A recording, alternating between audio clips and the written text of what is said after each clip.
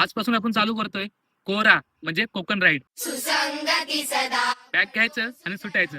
कानी पडो कलंक मतीचा जडो विषय तर चला.